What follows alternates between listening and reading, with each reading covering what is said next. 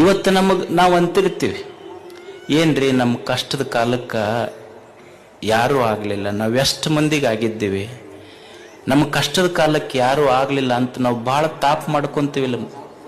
ಇದು ಸಹಜ ಐತಿಲ್ಲ ನಮ್ಮ ಜೀವನದೊಳಗೆ. ನಮಗಿದ್ದಾಗ ಎಲ್ಲರೂ ಬಂದರು, ಕಷ್ಟದ ಕಾಲಕ್ಕೆ ಯಾರೂ ಬರಲಿಲ್ಲ ಅಂತ ಮಂದಿಗೆ ಹೀಯಾಳಿಸ್ತೀವಿ, ಮಂದಿ ಬಗ್ಗೆ ಮಾತಾಡ್ತೀವಿ. ಆದರೆ ಸತ್ಯ ಅರ್ಥ ಮಾಡ್ಕೋಬೇಕು. ನಾನು ಸುಖವಾಗಿದ್ದಾಗ, ಸಂತೋಷವಾಗಿದ್ದಾಗ ನನ್ನ ಕೈಯ 10 ಬೆರಳು ಚಪ್ಪಾಳಿ ಹೊಡಿತ. ಯಾವಾಗ?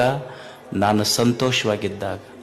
ಆದರೆ ನಾನು ದುಃಖದಾಗಿದ್ದಾಗ 10 ಬೆರಳು ಬರುವುದಿಲ್ಲ, ಕಣ್ಣೀರು ಒರೆಸಕ್ಕೆ ಒಂದೇ ಬೆರಳ ಬರ್ತೈತಿ. ಅಂದ ಮೇಲೆ ಸಂತೋಷದಾಗಿದ್ದಾಗ ನನ್ನ ಕೈಯನ್ನು 10 ಬೆರಳು ಬಂದು, ದುಃಖದಾಗಿದ್ದಾಗ ನನ್ನ ಕೈಯನ್ನು 10 ಬೆರಳ ನನಗೆ ಬರಂಗಿಲ್ಲ ಅಂದ ಮೇಲೆ ಮಂದಿ ಬರ್ತಾರನ್ನುವ ನಿರೀಕ್ಷೆ ಯಾಕೆ ಅನ್ನೋದು ಕಲಿಬೇಕು ಮನುಷ್ಯ.